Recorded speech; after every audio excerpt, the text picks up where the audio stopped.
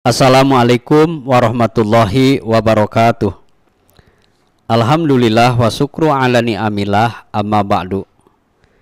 Pendengar dan pemirsa, tidak ada satu manusia pun yang tidak terlepas dari perbuatan dosa dan kesalahan. Baik yang tidak disengaja, bahkan ada yang melakukannya dengan sengaja. Perbuatan dosa besar maupun dosa kecil, namun banyak sekali yang meremehkan dosa kecil dan banyak yang melakukan menjadi kebiasaan sehari-hari. Rasulullah Shallallahu Alaihi Wasallam bersabda yang artinya setiap anak Adam pasti berbuat salah dan sebaik-baik orang yang berbuat kesalahan adalah yang bertobat. Mutiara Pagi RRI Bandung bersama Ustadz Umar Yusuf MSOS, pengasuh Pondok Pesantren Babu Salam. Pak Ustadz, kita akan membahas tentang jangan menyepelekan dosa kecil. Mangga Pak Ustadz. Turun. Bismillahirrahmanirrahim. Assalamualaikum warahmatullahi wabarakatuh. Syukur alhamdulillah, kita panjatkan puji dan syukur kehadirat Allah Subhanahu wa taala. Pada kesempatan ini kita masih bisa mengikuti program Mutiara Pagi. Mudah-mudahan Allah Subhanahu wa taala memberikan pemahaman agama dan tentunya meringankan di dalam mempraktekannya. Ustadz, pagi ini kita sedang membicarakan tema sehari-hari sepertinya ya. Yeah. Jangan menyepelekan dosa kecil gitu ya. Tema ini sangat bagus sekali karena ada kalanya kita sering mengalami hal-hal yang seperti ini. Ya. Daletik ngege bisa tobat gitu kan. Ini sebenarnya perilaku yang kurang baik gitu ya. Yeah. Karena biasanya besar itu karena ada kecil. Yeah. Jadi ada apa kecil yang diulang-ulang kemudian bisa menjadi besar gitu ya. Baik, pemirsa dimanapun berada, saya akan mencoba menyampaikan terlebih dahulu ta'rif dari dosa itu sendiri. Ya. Ta'rif yang sangat sederhana gitu ya. Dosa itu adalah ungkapan dari apa yang menyalahi perintah Allah gitu ya. Jadi ungkapan apa yang menyalahi perintah Allah. Atau ungkapan di sini bisa diterjemahkan perilaku, perbuatan, atau pola pikir atau yang lainnya, dan itu dalam koridor menyalahi perintah Allah gitu ya. Itu yang dinamakan dosa. Dan sebagai manusia tentunya pernah mengalami yang namanya seperti ini gitu ya. Karena kita manusia ya. Kalau malaikat kan tidak pernah berdosa gitu ya. Tetapi manusia berdosa. Yeah. Nah, dosa sendiri itu pertama ada dosa antara hamba dengan Allah Ta'ala gitu ya. Jadi dosa yang langsung berhubungan dengan Allah gitu ya. Kemudian ada juga dosa yang melakukan kehilafan atau dosa tapi melalui makhluk Allah yang lain gitu ya. Artinya dengan masyarakat gitu ya. Makanya dalam Al-Quran itu ada dua hubungan yang harus dijaga baik-baik, yaitu hubungan dengan Allah, yang kedua hubungan dengan manusia gitu ya. Hubungan dengan Allah, hubungan dengan manusia. Makna Isra Mi'raj itu adalah membangun kecerdasan sosial. Yeah. Karena makna dari Asra adalah diperjalankan ya. Di dalam Asra di sini ada dua dinamakan dengan relasi horizontal gitu. Jadi horizontal ini pertama membangun hubungan antara manusia dengan manusia, bahwa hidup itu harus baik dengan sesama manusia. Yang kedua itu ada relasi vertikal, tentunya dengan Allah juga itu harus baik. Vertikal itu ketika Nabi dimi'rajkan dia. Karena Isra itu dari Masjidil Haram ke Masjidil Aqsa. Sementara ke Sidratul Muntaha itu namanya Mi'raj gitu ya. Jadi Mi'raj. Ini sangat dalam sekali kalau kita membahas Isra Mi'raj. Sebentar lagi ya Isra Mi'raj gitu ya. Mungkin nanti bisa disampaikan oleh Isra Mi'raj. Itu sekitar dosa. Jadi dosa ada yang langsung berhubungan dengan Allah, yang kedua ada dengan makhluknya gitu ya. Oleh karena itu mari kita sama-sama membangun hubungan baik antara Allah dengan manusia gitu ya. Hablum minallah dan hablum minannas gitu ya. Kemudian kalau kita berbicara tentang faktor-faktor yang menimbulkan dosa gitu ya. Saya mencoba mengambil 4 poin ini. Yang pertama adalah sifat ketuhanan. Ini rububiyah ya. Mungkin di episode sebelumnya disampaikan bahwa yang berhak sombong itu Allah. Betul. Tidak berhak manusia memiliki sifat sombong. Nah, jadi yang dimaksud dengan sifat ketuhanan itu ada kalanya manusia seperti Tuhan ya. Kalau dalam bahasa Fir'aun, ana rabbukumul a'la gitu ya. Dalam bahasa remaja, gue Tuhan paling tinggi gitu ya. Tapi ada yang menerjemahkan ana rabbukumul a'la itu akulah pemegang kekuasaan tertinggi. Nah, nanti mungkin berbicara tentang kepemimpinan gitu ya, kepemimpinan.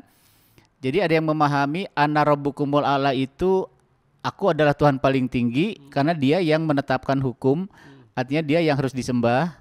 Ada yang memahami ana rabbukumul a'la itu aku adalah pemegang kekuasaan tertinggi. Sehingga Fir'aun disebut al-hukmiyah. Al-hukmiyah di sini yang menetapkan hukum ya. Dia menetapkan hukum, rakyat harus mentaati, taat tapi dalam kondisi ketakutan. Nah, sifat-sifat sombong itu salah satunya diduplikasi oleh manusia gitu ya, dan itu adalah bagian dari faktor. Jadi sifat-sifat ketuhanan ya. Belum bicara masalah akidah misalnya dulu ada seorang sufi gitu ya. Siapa tuh? Al-Hallaj gitu ya. Syekh Lemah Abang kalau di Indonesia gitu ya. Walaupun itu masih dalam kontroversi gitu. Kemudian yang kedua, faktor yang kedua adalah sifat kesyaitonan atau syaitonia gitu ya. Jadi sifat syaitonia ini biasanya muncul penyakit-penyakit yang berhubungan dengan manusia, ya hasad gitu kan. Kemudian ada dengki, zalim dan sebagainya, itu dihembuskan oleh setan. Jadi setan laknatullah, karena karakter setan itu adalah al-istihwadha alaihim gitu. Jadi menggelincirkan manusia ya. Bukan menggelincirkan raganya, didorong jatuh bukan gitu. Tetapi yang digelincirkan adalah jiwanya. Ya, jiwanya digelincirkan. Baik, dua lagi, yang kedua, yang ketiga sifat kebinatangan ya. Dalam Al-Qur'an banyak perumpamaan-perumpamaan yang ditujukan kepada binatang gitu. Kal an'am seperti binatang, balhum adol ya, bahkan lebih sesat daripada binatang. Kemudian kal hijaro au asyaddu qaswah misalnya, seperti batu bahkan lebih keras daripada batu. Nah, sifat-sifat ini adalah bagian dari sifat-sifat bahimiyah gitu ya. Karena sifat binatang itu biasanya al-liwat ya. Jadi al-liwat itu penyakit yang dulu sudah ada. Al-liwat itu adalah homoseks gitu ya. Ini banyak dilakukan oleh orang-orang yang tidak punya agama. Kemudian yang keempat adalah sifat kebuasan atau sebu'iyah. Ini adalah misalnya kemarahan, dengki, mencaci maki, membunuh dan lain sebagainya. Itu beberapa faktor yang mendorong timbulnya dosa. Seperti itu Ustaz, pengantar. Baik. Ustaz, banyak yang tidak menyadari dari dampak bahaya melakukan dosa kecil secara terus-menerus. Bahkan dosa kecil tersebut sudah menjadi kebiasaan. Nah, ini tentunya pengulangan dan pembiasaan dosa itu berawal dari sikap meremehkan dosa, Ustaz ya. Ini dalam sebuah hadis yang kita tahu disebutkan bahwa tidak ada dosa besar jika dihapus dengan istighfar atau meminta ampun kepada Allah, dan tidak ada dosa kecil jika dilakukan terus-menerus. Nah, dua hal tersebut yang disampaikan oleh baginda Rasul, bahwa yang pertama ketika kita berbuat dosa, segeralah memohon ampun kepada Allah dengan istighfar. Tetapi ini yang berbahaya, yang dikatakan berbahaya dan sekaligus disepelekan, yang Ustadz sampaikan, hati-hati dengan membiasakan perilaku dari dosa-dosa kecil. Seperti apa bahayanya Pak Ustadz? Sehingga ini sesuatu yang ditumpuk-tumpuk akan menjadi bom waktu, dan mohon maaf mungkin kalau suatu saat belum ditobati, walaupun dosa kecil akan bertambah terus. Jadi meledak gitu ya. Iya, jadi meledak. Ini padahal sebenarnya ya itu tadi dosa dianggap sepele. Nah, kaitan dengan dosa-dosa kecil itu seperti apa sih yang tidak boleh disepelekan itu? Ya artinya kan kalau dosa besar itu kita tahu membunuh, zina, misalnya musyrik, ya udah jelas tuh ya. Nah, kaitan dengan dosa kecil itu tahapan-tahapan seperti apa, Ustadz? Baik, saya coba sampaikan dulu tentang dosa kecil yang berpotensi menjadi besar gitu ya. Betul. Karena besar itu biasanya ada kecil dulu gitu ya. Ya. Makanya teori taubatan nasuha ini harus berlaku ke semua dosa. Dosa besar maupun dosa kecil, termasuk di dalamnya syirik gitu kan. Karena makna dari taubatan nasuha itu taubat yang sebenar-benarnya. Oleh karena itu kalau dosa kecil itu tidak ditaubati dengan sebenar-benarnya, nanti akan terus berulang gitu. Sehingga bisa disebut taubat sambal gitu ya. Yang namanya sambal udah lada dimakan terus gitu kan. Begitulah dosa gitu ya. Jadi saya memahami taubatan nasuha itu tidak hanya dosa syirik gitu ya. Tetapi semua dosa ya. Semua dosa, dosa kecil maupun dosa besar itu harus nasuha gitu ya. Harus taubatan nasuha. Ada beberapa catatan ya yang terkait masalah dosa kecil yang berpotensi menjadi besar, bahwa dosa kecil itu bisa menjadi besar karena ada beberapa penyebab gitu ya. Pertama misalnya selalu dan terus menerus dilakukan ya. Jadi pekerjaan yang kecil dilakukan secara terus menerus itu bisa menjadi besar kan itu ya. Ini Rasulullah bersabda, khairul amal adwamuha wa inqala. Sebenarnya ini lebih kepada amalan-amalan ya. Tetapi ketika kita coba ambil hikmahnya bahwa dosa kecil yang dilakukan secara terus-menerus itu bisa menjadi besar dia. Makanya kata Nabi, sebaik-baik amal adalah yang dilakukan secara terus-menerus walaupun sedikit. Berarti si jelek-jeleknya amal adalah yang dilakukan terus-menerus walaupun kecil gitu kan. Nah ini maknanya yang bisa kita ambil. Jadi dan ini dosa kecil bisa berpotensi menjadi besar. Kalau misalnya lebih real tentang dosa kecil misalnya ya, dosa kecil itu kan yang hanya bisa dihapus dengan istighfar ya. Misalnya mengeluarkan bahasa-bahasa porno gitu kan, itu kan bisa jadi dosa gitu ya. Kemudian berpikir porno gitu kan.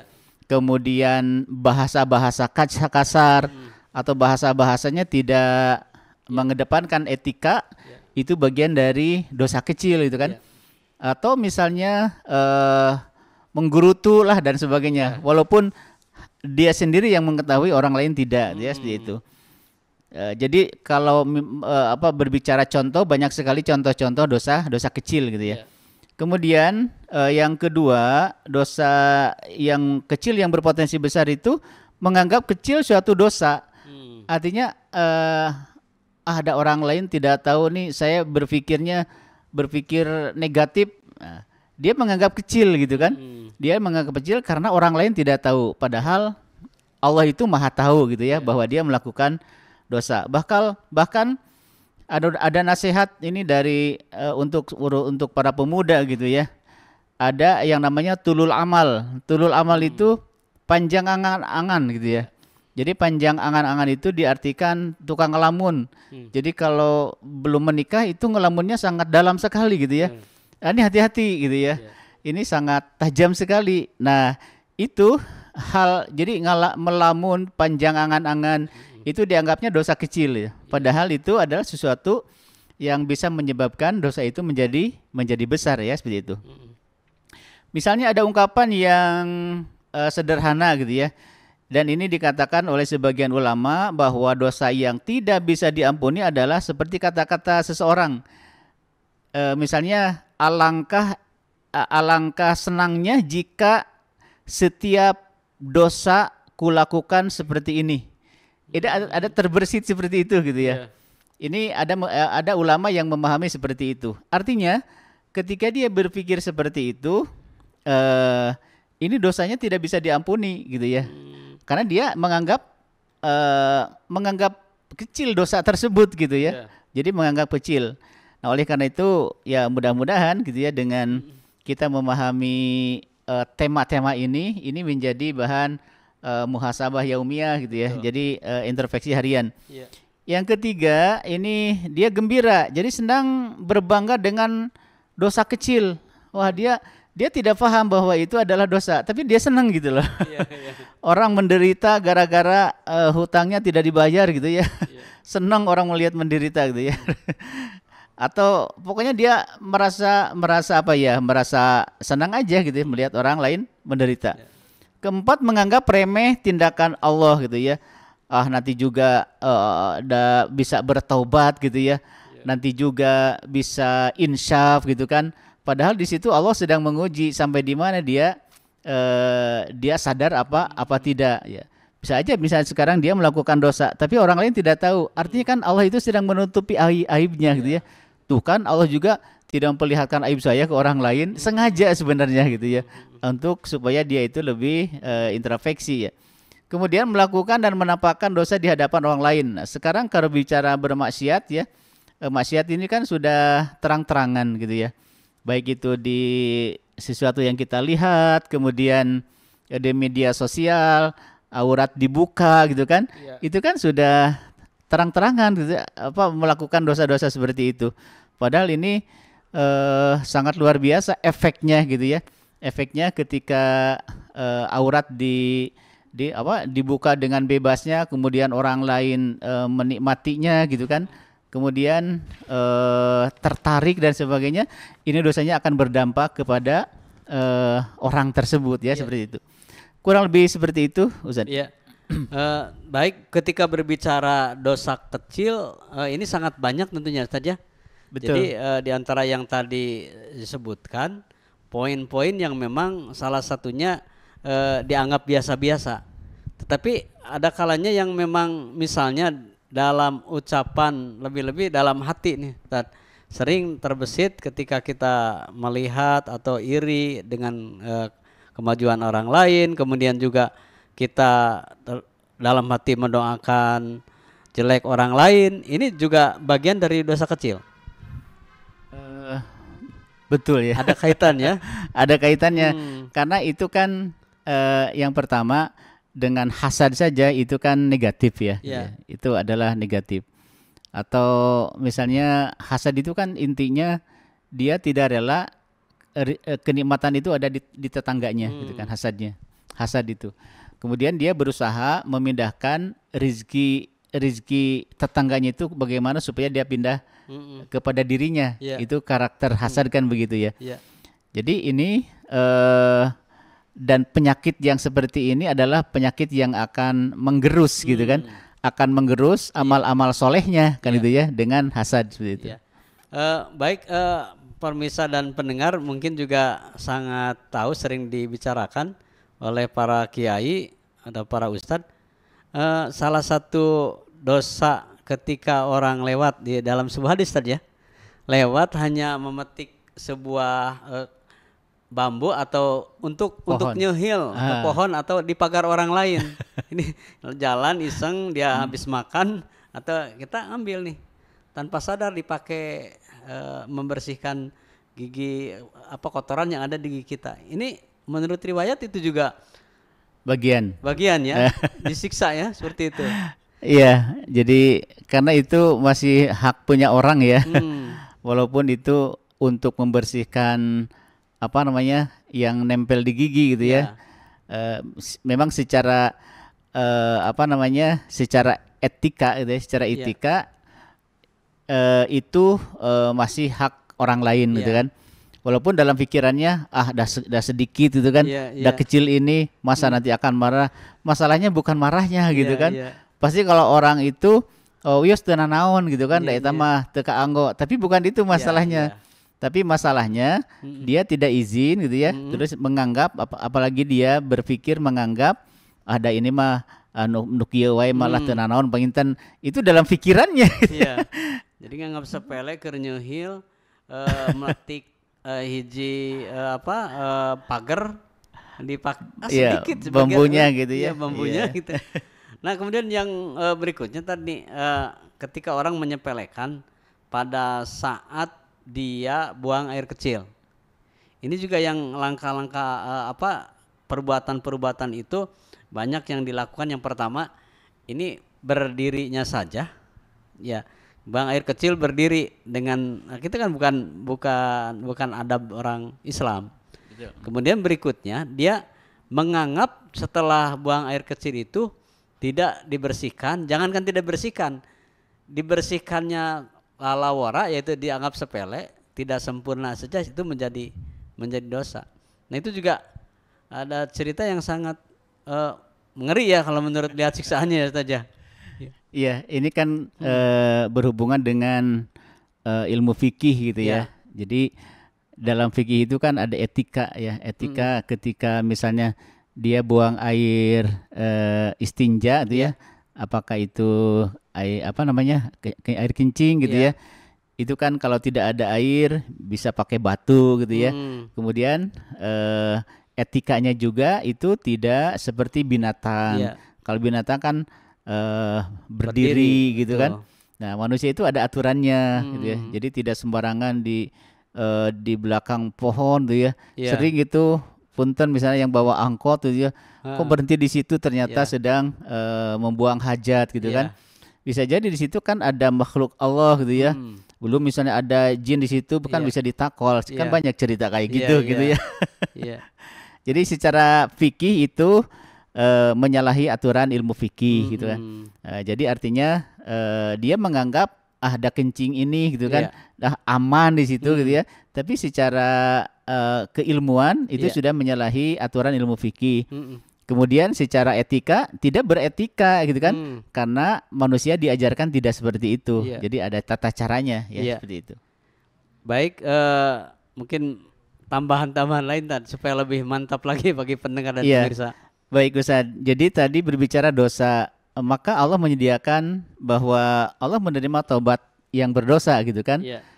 Ayat yang sangat terkenal itu qad aflaha man zakkaha ya. Sesungguhnya beruntung orang-orang yang menyucikan jiwanya. Ini agak dalam karena menyucikan jiwa di sini berarti ini dosa lebih kepada bagian dalam manusia. Kemudian ghafiridz dzambi wa qabilit taubat, yang mengampuni dosa dan menerima. Artinya Allah itu menerima tobat.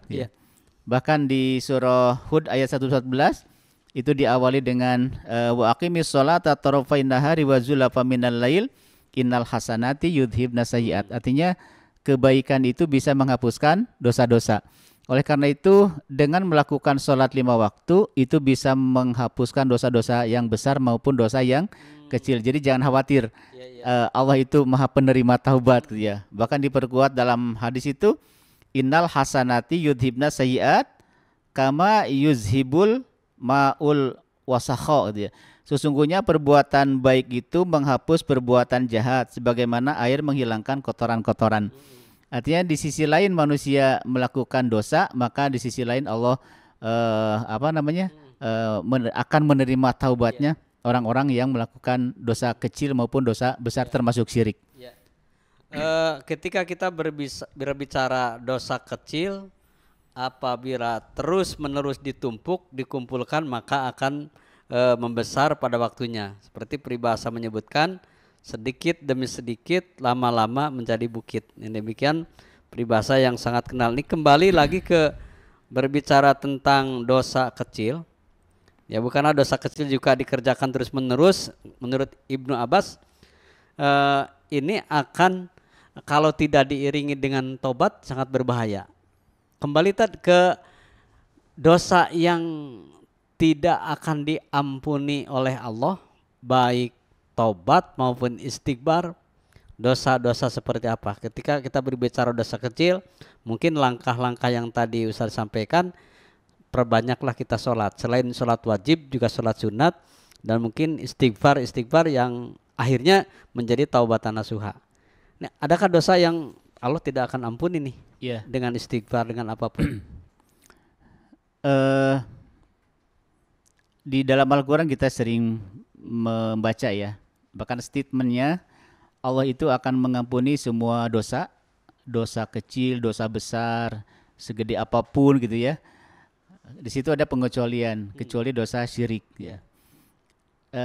Kecuali dosa syirik, artinya dosa orang-orang yang syirik, orang yang menduakan Tuhan, tidak mungkin dia beristighfar gitu kan.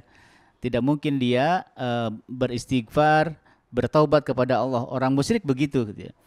Tetapi Allah akan memberikan ruang juga kepada orang musyrik jika mereka kembali kepada Islam gitu ya. Artinya akidahnya dibetulkan kembali gitu ya. Jadi ternyata walaupun statementnya Allah tidak akan mengampuni dosa musyrik gitu kan, tapi tetap ujung-ujungnya kalau dia kembali kepada fitrah, maka dosa musyrik sebelumnya itu akan diampuni oleh Allah Subhanahu wa taala. Dia kufur langsung dia bersahadat kembali. Betul, iya. Insya Allah Allah luar aman biasa. Tuh ya. Aman ya. Walaupun dia preman tuh ya, tapi bersahadat tuh ya. Baik, Pak Ustadz, tidak terasa waktu kita nih. Bisa ditarik kesimpulan dari apa yang kita sampaikan. Baik. Manusia itu makhluk sempurna ya. Sempurna dengan dosanya, sempurna dengan amal solehnya. Oleh karena itu, mari kita jadikan hidup kita ini adalah kebaikan itu mendominasi kejahatan, dan selama itu ada hawa, ada nafsu, biarkan dia bertengger dalam jiwa kita. Tetapi mari kita melakukan tarbiyatur ruh, karena dengan mentarbiyah ruh, mendidik ruh itu nanti akan mengkondisikan jiwa ya, sehingga melahirkan nafsul mutmainnah. Nafsul mutmainnah terjadi karena ruhnya taat kepada Allah Subhanahu wa taala. Seperti itu. Baik, pendengar dan pemirsa, Nabiullah Muhammad SAW bersabda, "Hei hambaku, kamu sekalian senantiasa berbuat salah pada malam dan siang hari, sementara aku akan mengampuni segala dosa dan kesalahan. Oleh karena itu, mohonlah ampun kepadaku, niscaya aku akan mengampunimu." Sesungguhnya perumpamaan orang yang meremehkan dosa bagaikan sekelompok orang yang singgah di sebuah lembah.